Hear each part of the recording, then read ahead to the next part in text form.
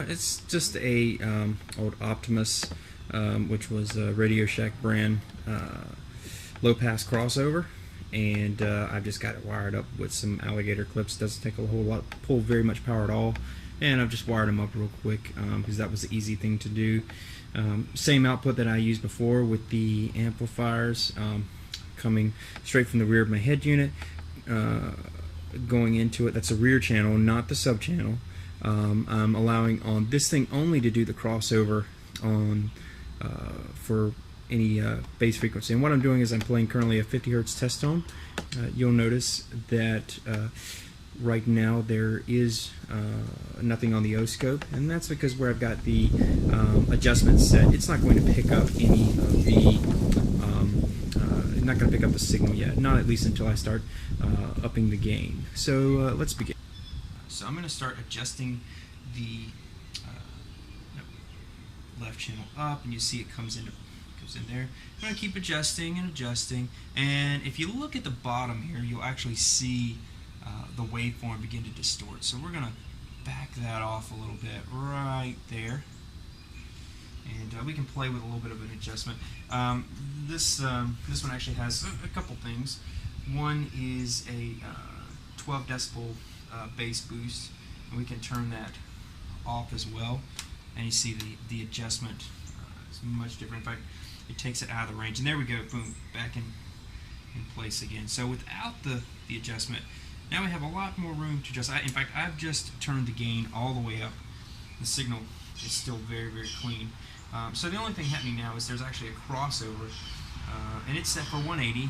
I can drop it to 90, and if I drop it down to 50, you're probably going to see a little bit of a reduction there. 90 is not going to make very much difference. Very small change from 180 to 90 because it's not attenuating that much. It's attenuating at 90. This signal is actually 40 hertz. But when I drop it down to the 50 hertz, you'll see a little bit more of a drop. That's because it's attenuating right around 50. So that's going to make the 40 drop just a little bit. Now I'm going to turn the bass boost back on. You can see a much distorted wave there, and now I'm going to readjust the gain down until the wave gets clean again, right about there.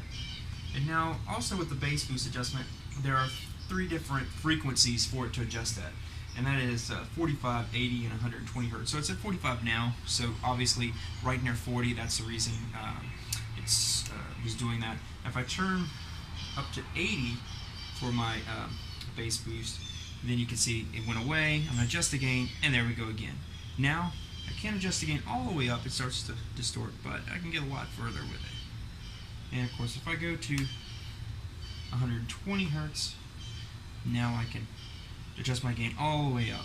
However, let's be honest, anyone who would be actually using this would probably set the low pass at maybe around 90 if you're using it for a crossover. If you only want it for the bass boost, still I'd say maybe 90, but if you'd like to get a little bit more than that, I would say go ahead and put it at 180 and set your other crossover wherever you wanted.